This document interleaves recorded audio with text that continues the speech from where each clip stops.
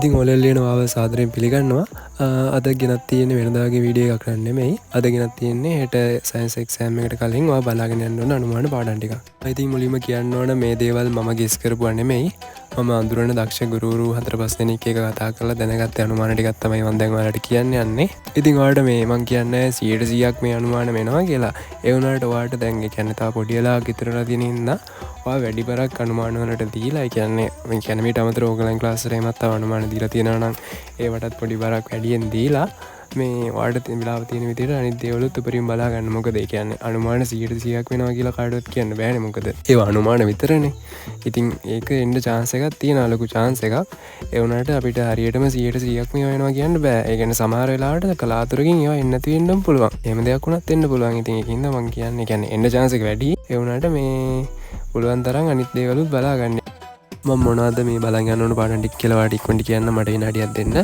මේ අන්තිමට කියන්න ඕන ඕගොල්ලන්ට මේ වෙද්දී එක්සෑම් එකේ දැනට සබ්ජෙක්ට් 3-4ක් තිබුණා.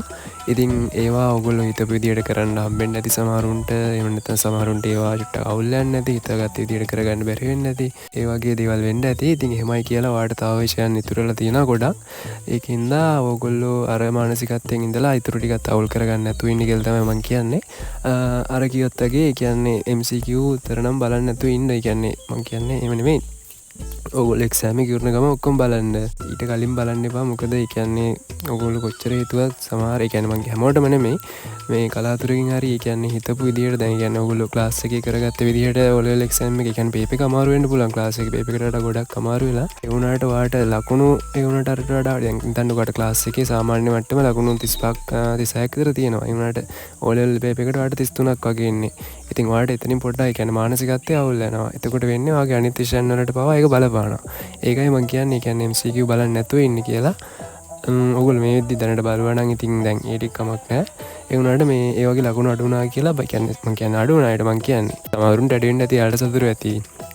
මම කියන්නේ අඩු වුණ කවුරු හරි ඉන්නවා නම් මේ ඉන්න ඕන. ඒ ඉන්න අයට මේ ඒ කියන්නේ ඒ මානසිකත්වයේ ඉඳ අනිත් විෂය නවුල් කරගන්න නැතුව ඒ වගේ තමන්ගේ උපරිමය කරන්න. ඒ කියන්නේ අර දේ ගැන හිතේ හිතා දුක් වෙවි ඉන්නවා කියන්නේ ඔයගේ අනිත් විෂයන් වල පවා ලකුණු අඩු වෙන එක වෙන්නේ. ඉතින් මෙතන මේ මම අනුමාන ටික ඔයගොල්ලන්ට ස්ක්‍රීන් එකේ ඉක්මනට දාන්න. මේ ඔයගොල්ලන්ට ඒ කියන්නේ ස්ලයිඩ් එකට බලා ගන්න පුළුවන් වෙයි. ඒ කියන්නේ තප්පර 10ක් විතර සෙට් එකක් තියෙනවා. ඊට පස්සේ ඊටු ටික ආයෙ තප්පර 10කින් විතර එනවා. මේ ඒ වෙලාවේදී ඒ කියන්නේ ඔයාට එතන ඒ කියන්නේ තාම ඔයගොල්ලන්ට බලා ගන්න බැරි වුණ දේවල් කොටස් තියෙනවා නම් බලා ගන්න. ඔයාට හොඳට මතක දෙයක් තියෙනවා නම් ආයෙ ඉතින් ඒක බලන්න යන්න ඕනේ නැහැ. ඒ කියන්නේ හොඳට මතක නම් මේ නිකන් අමතකයි වගේ දේවල් තියෙනවා.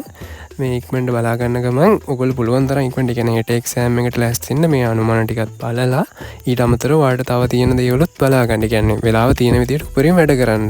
මේ එක්සෑම් එක හෙටනේ තියෙන්නේ. ඒ කියන්නේ අද වා කරන තරමක් තමයි හෙට ඊට. ඒ කියන්නේ අද කරන තරම නෙවෙයි මෙච්චර කල් කරපු දේ. මම කියන්නේ අද වා කරන දේනොත් හෙට එක්සෑම් එකට ලොකු බලපෑමක් එන්න පුළුවන්.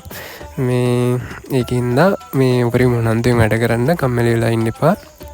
මේ ගේම් එක කොහමද දිනලා ඉවර කරන්න ඔයාලට අනිවාර්යෙන් පුළුවන්. يعني කලින් දේවල් ගැන හිතන්න එපා. ඊටු ටික කලින් දේවල් අවුල් වුණත් ඊටු ඔක්කොටම ඒ ගන්නවා කියලා හිතා වැඩ කරන්න. ඔයාලට මේක අනිවාර්යෙන් කරන්න පුළුවන්. හරි එහෙනම් මම දැන් කතා කරන පාර්ට් එක නවත්තනවා. ඔයගොල්ලන්ට අනුමාන ටික ස්ක්‍රීන් එකේ බලා ගන්න පුළුවන්. ඒ වගේම මම ප්‍රාර්ථනා කරනවා ඔයගොල්ලෝ ඔයගොල්ලෝ අපේක්ෂා කරන හොඳම රිසල්ට් එක ඔයගොල්ලන්ට හම්බ වෙන්න කියලා. ඉතින් එක්සෑම් එක ගලාදී බය වෙන්නේ නැතුව එක්සෑම් එකට කලින් බය නොවි කලින් දේවල් හිතන්නේ නැතුව ඔයාගේ උපරිම දීලා ඉන්න. ඔයාලට තාම මේක දිනන්න පුළුවන්. ඔයාලට ලොකු chance එකක් තියෙනවා. ඔයාලට තව විෂයන් ගොඩක් ඉතුරුලා තියෙනවා. ඒ වගේම කලින් විෂයන් අමාරු වුණාට බය වෙන්නත් එපා. ඔයාලට හොඳම රිසල්ට් එක ඔයගොල්ලෝ හිතනට වඩා හොඳ රිසල්ට් එකක් අනිවාර්යෙන්ම ඔයාලට ලැබෙනවා. ඉතින් ඔයා ඉගෙන ගත්ත දේ උපරිම ඔයා පේපර් එකට ලියලා එන්න. ඔයා අපේක්ෂා කරනවා ඔයාගේ හොඳම රිසල්ට් එක ඔයාලට අනිවාර්යෙන්ම ලැබෙනවා.